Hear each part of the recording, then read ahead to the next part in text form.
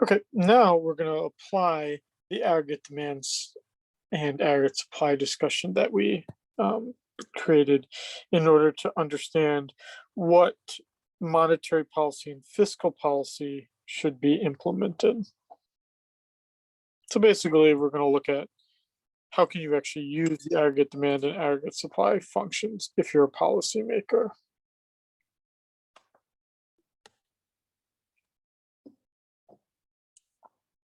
Okay, so when you see monetary policy, that is basically what the Fed does. And when you see fiscal policy, it's what the government does.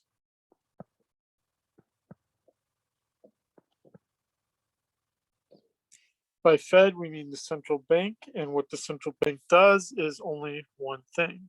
It changes the money supply. What does the government do? It spends money and it taxes. Those are the only two things it does. So how does using these policies, monetary policy, which is changing the money supply, and changing spending and taxing, which is fiscal policy, how does that change the aggregate demand curve? As a review from the last chapter that we just completed, the aggregate demand curve is sloping downward again for three reasons that we've looked at already, and I'm not going to talk about again, but those would be the wealth effect, interest rate effect, and exchange rate effect, where price level falling causes real GDP to rise, or vice versa, that when the price level rises, the real GDP is falling.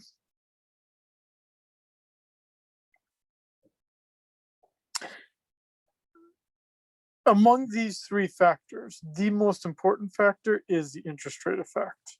And the interest rate effect was that as the price level falls, the interest rate falls. And the reason why is because as the price level falls, businesses realize that the economy is going to start to do well. So they start engaging in capital investments and build up their inventory in order to meet the increased demand for products and start producing more stuff. Wealth effect and exchange rate effect are not as important as the interest rate effect.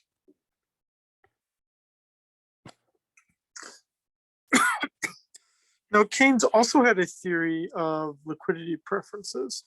And his basic theory was that the money supply and the money demand, they adjust so that, or they're brought into balance by the interest rate changing.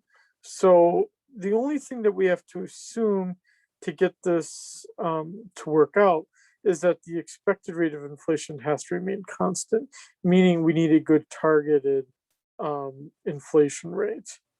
In most economies, the targeted inflation rate is 2%.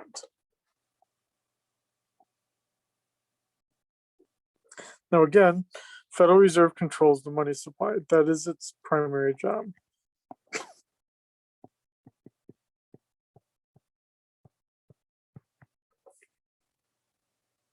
It's not changing with the interest rate. It's just based on Federal Reserve policy.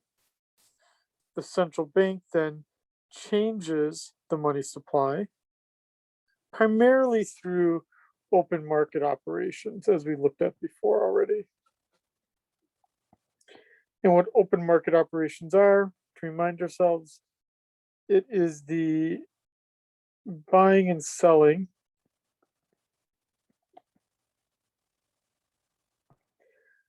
of existing bonds.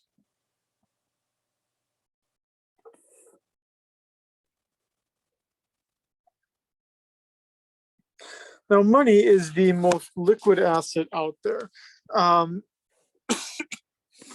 The cost of money is the interest rate.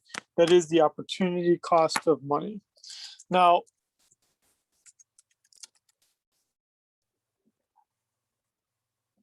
what we see is that in terms of the money demand, that the money demand falls to the extent that the interest rate is increasing.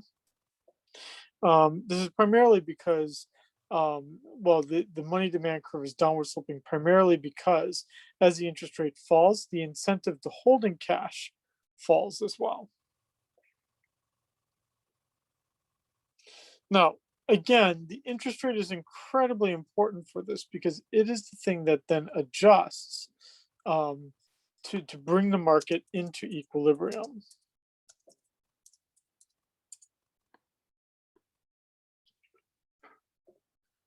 If for some reason the interest rate was greater than the equilibrium, then people wouldn't want to hold as much cash.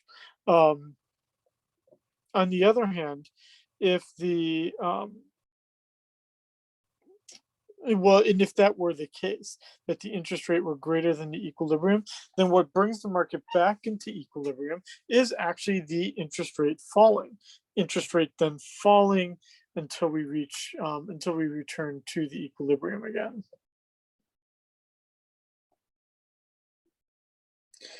On the other hand, if the interest rate is less than the equilibrium, then the interest rate is going to increase to bring us into equilibrium.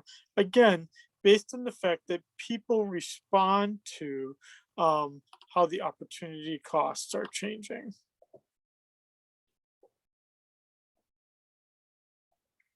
And that's what we see right here. Again, money demand is downward sloping based on the fact that it's inverse to the interest rate. Money supply is vertical because it is determined by the Federal Reserve.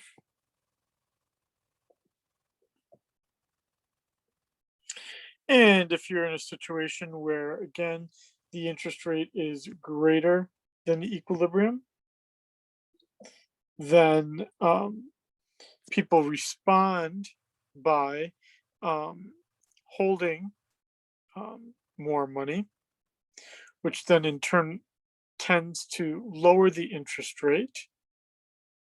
On the other hand, if the interest rate is in some sense too low, then people don't hold enough cash, thus causing the interest rate to increase.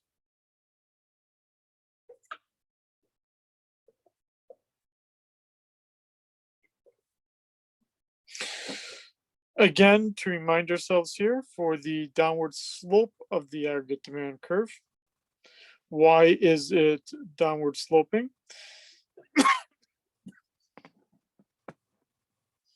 Well, one way to look at this would be that if the price level is higher, then people are going to demand more money balances because they need to cover everything out there. If the money demand is higher, that's going to in turn lead to a higher interest rate. And a higher interest rate in turn is going to reduce the quantity of goods and services. In other words, we now have a description of how the higher price leads to lower real GDP through these steps.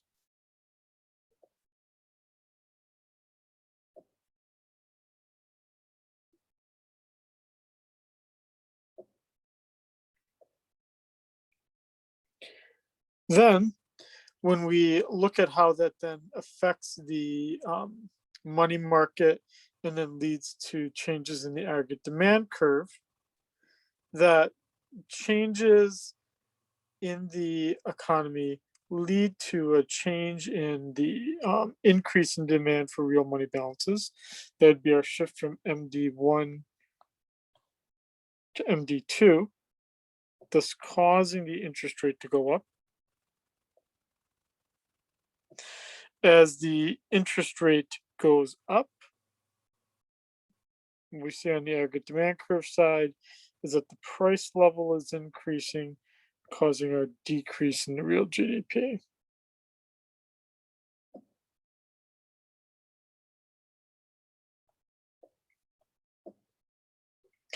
Now, What can the monetary authorities do about it? They can do one of two things. They can either engage in expansionary fiscal monetary policy,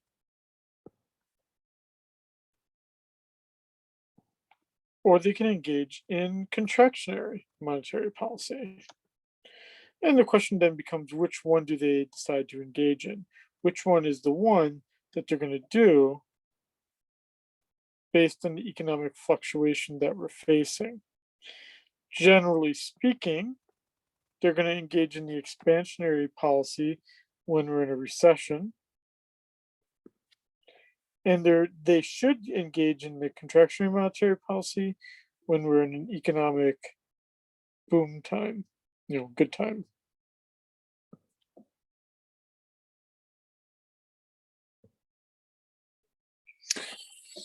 And what that does is, by the Federal Reserve getting involved in changing the money supply, that in turn shifts the aggregate demand curve. More specifically, expansionary monetary policy tends to shift the aggregate demand curve to the right. Contractionary monetary policy tends to shift the aggregate demand curve to the left.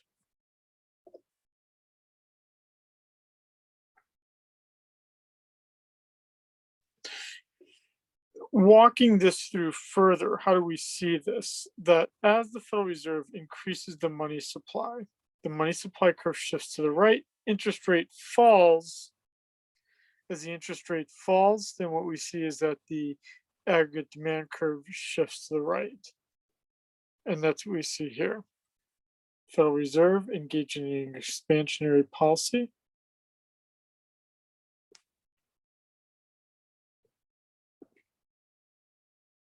And as it engages in that policy, the interest rate falls.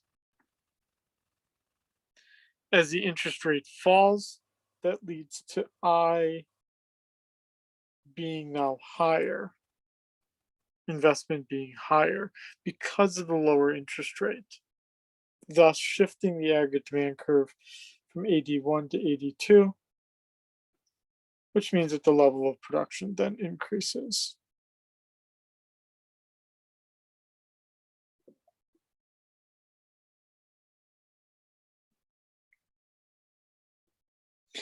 If, on the other hand, it decreases the money supply, then you're going to see the money supply curve shifting to the left, causing an increase in the interest rate, which is going to ultimately cause investment to be less, thus causing the aggregate demand curve to shift to the left. How would we see that? They didn't draw a picture for you. No, let's draw one. I'm not sure why they would think you don't need one.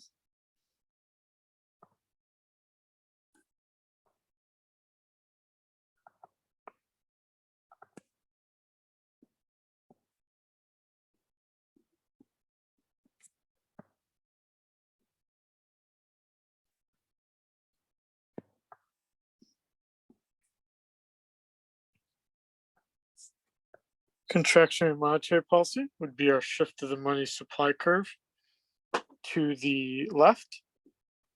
That increase in the interest rate then causing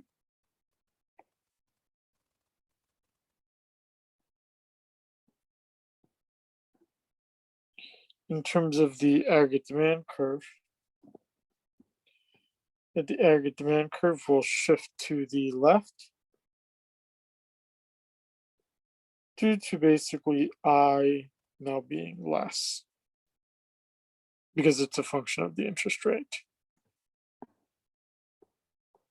We threw our SRS in here. You're going to see that decrease in real GDP.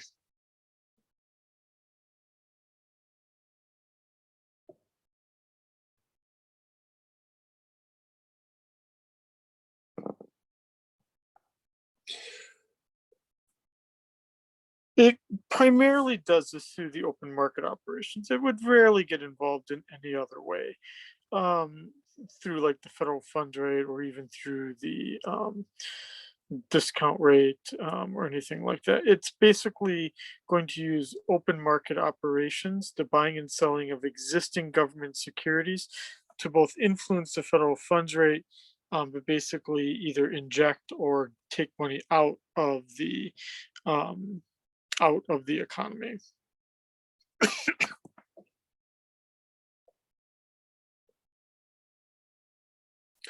Now, in general, what monetary policy is aimed to do is it's aimed to shift the aggregate demand curve.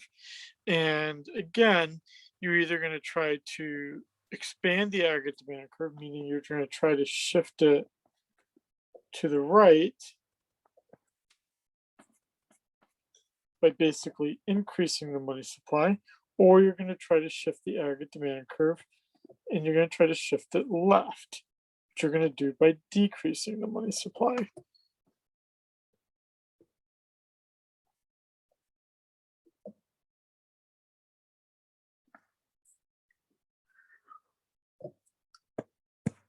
Again, case studies in general, yes, I'm sure they're important and you could absolutely read them, but I'm trying to make your lives a little easier so that I can cover a little bit more content.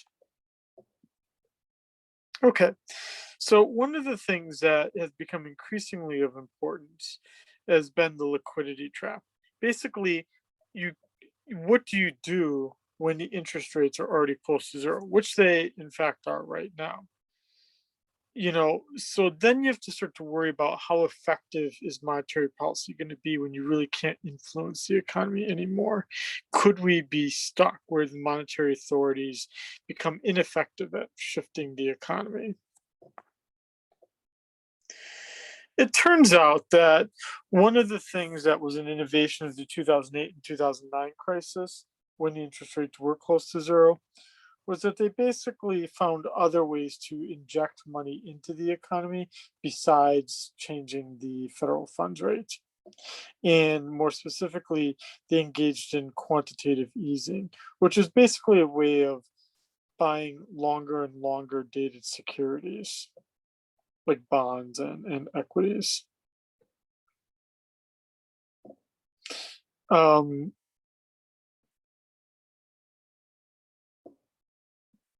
what that means is that hitting zero or close to zero isn't the end of the world, yet at the same time you don't really want to get too close to it, so that might actually encourage an economy to set an inflation rate target that's above zero so that other market participants know that the Federal Reserve is not going to want to stay at zero too long.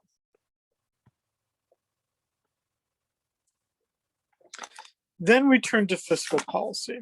So again, this is when the federal government spends or taxes money to shift the aggregate demand curve. Again, the focus here is on how does that agency shift the curve.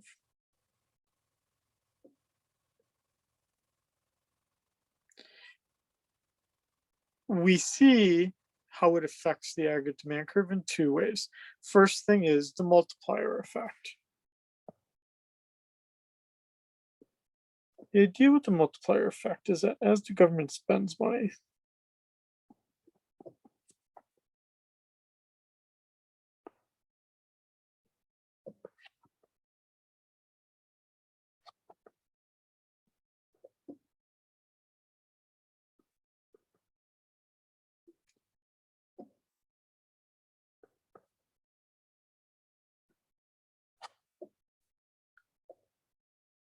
that as the government spends money, people also receive money and spend it themselves.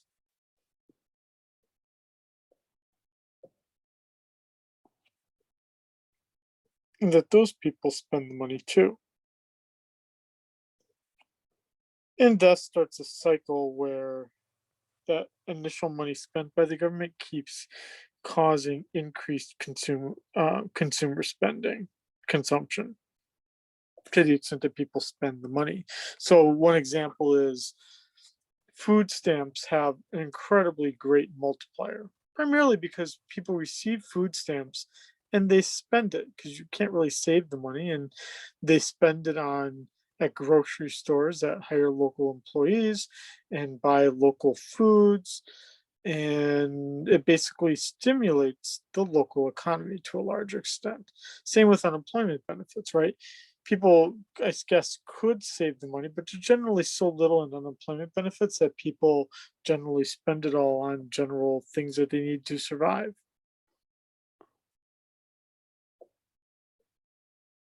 If there was no multiplier, then the government would have to do all the work itself. But because there is a multiplier most of the time, the government only needs to spend a fraction of what it needs to do to shift the aggregate demand curve that distance. And that's what you kind of see being described here. That if the blue line was my original aggregate demand curve, that if the government spends $20 billion, it shifts us to the red dashed line. But then because of the multiplier, it augments it even further. Thus, the government only needed to do, according to this graph here, only about half the work. Not too shabby.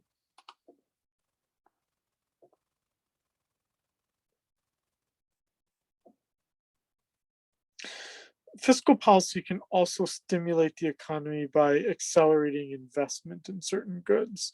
So, like, new technologies, investment technologies, or it can encourage people to buy new vehicles or buy new equipment, any number of these things. It can encourage them to do these things and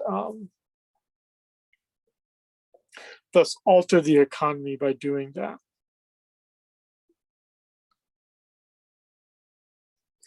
To calculate the size of the multiplier, we need to know one thing. We need to know what the marginal propensity to consume is, the MPC. That's going to be what fraction of income received do people actually spend?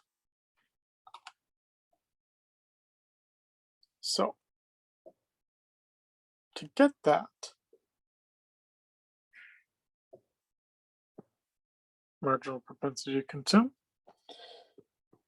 that the multiplier is 1 over the marginal propensity to consume. So if people spend 20% of their income,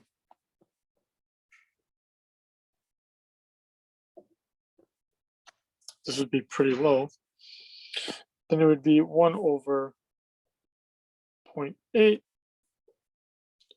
which is going to be, right, it's not going to be that large. And it shouldn't be because people are only spending 20% of their income. As opposed to, let's do the opposite example. What if people spend 80% of their money?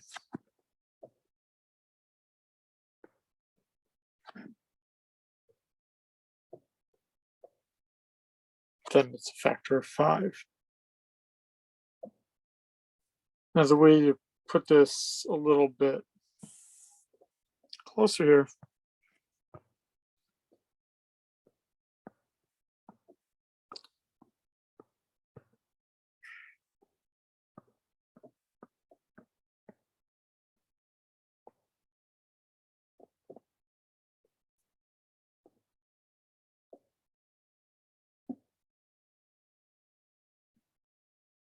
if that distance is $100 billion, I don't know, whatever you want to think. If that distance is $100 billion, that's going to be the difference then between the government having to spend $80 billion if the marginal propensity to consume was equal to 1.25 versus only needing to spend $20 billion if the marginal propensity to consume is 5. How do I know that? Because I'm going to take the amount I need in the change, 100, and I'm going to divide it by 1.25, and that's going to equal 80. 100 divided by 5, and that's going to be my 20. The government spends 80 billion. and if the marginal propensity to consume is 20%, sorry, not multiplier, not MPC, but multiplier.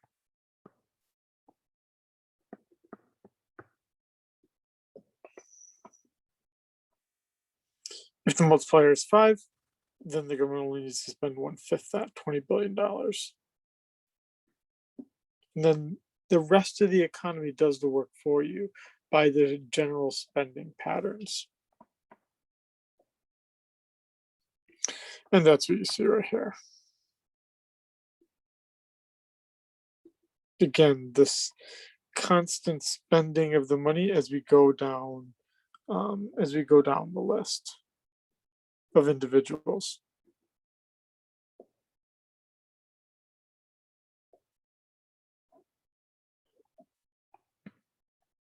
Now, primarily this multiplier works through consumption, but it can also work through net exports, and it can also work through investment, but it doesn't do it as much. It's primarily through consumption. Now, the one problem with this would be that well, there's a few problems, but one problem would be the crowding out effect. When the government spends more money on something, it can crowd out my private consumption. So if the government decides they're going to give a lot of money to libraries, then I'm probably going to spend less money on my own privately purchased books. Thus, I'm reducing my private consumption of books, even though the library is increasing its purchases of books. The two kind of offset each other. Basically, the library purchases are crowding out my private purchases.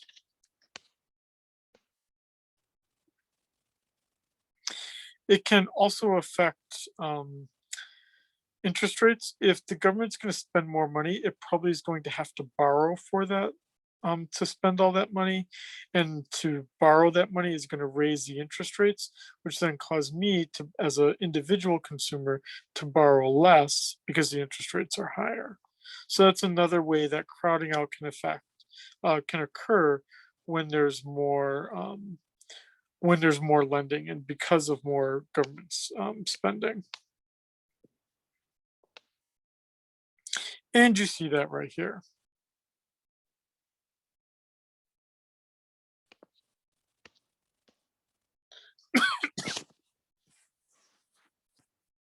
It's also the case that as we change fiscal policy, it's going to change people's taxes. And as it changes taxes, that's also going to possibly impact the aggregate demand curve. This is the essence of most Republican tax policies of why do they want to lower taxes, because they think it's going to increase consumption, increase investment, and even increase net exports.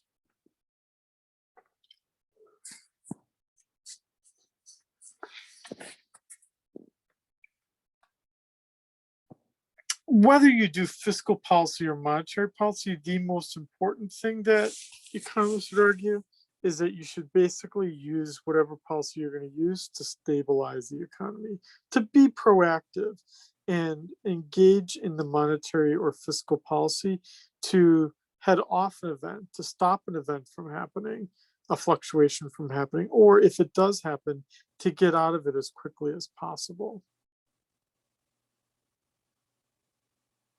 And it turns out it's the law. That the Federal Reserve, for instance, and the federal government, by the Employment Act of 1946, are required to try to reduce these fluctuations. Although I've never known anyone to get arrested for not doing this.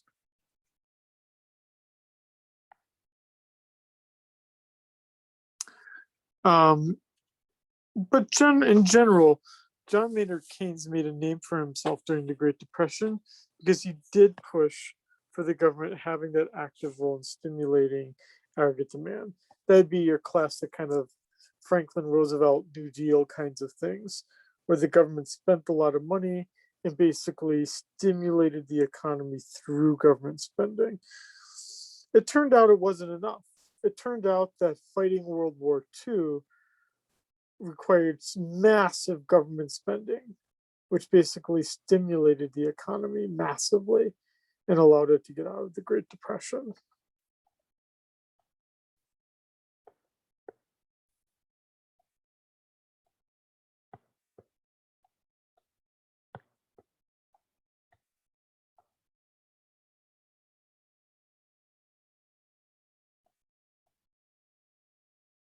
So the only reasons, generally speaking, I'm more of an interventionist in the economy, my personal belief. So I'm generally one for having an active stabilization policy. Yet the argument against active stabilization, actively trying to stabilize the economy, is that basically a lot of these are that we don't really know what's happening in the economy because any data we get is generally pretty old or a little bit uncertain. And so by trying to involve ourselves in the economy, we could actually, by meddling in it, make it worse than it was before.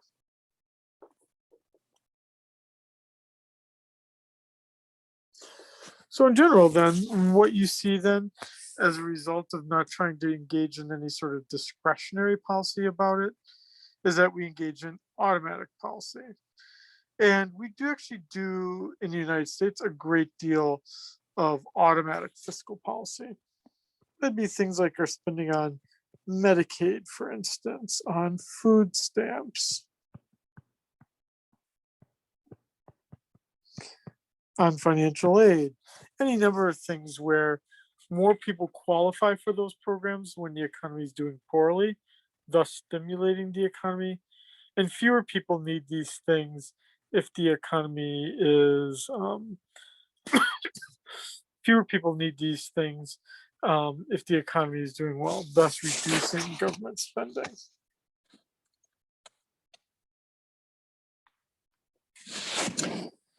Unfortunately, for COVID-19 and most other recessions, generally speaking, automatic policies, fiscal policies, are not enough to fix the problem.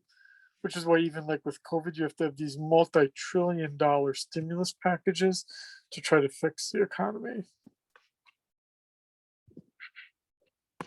Okay.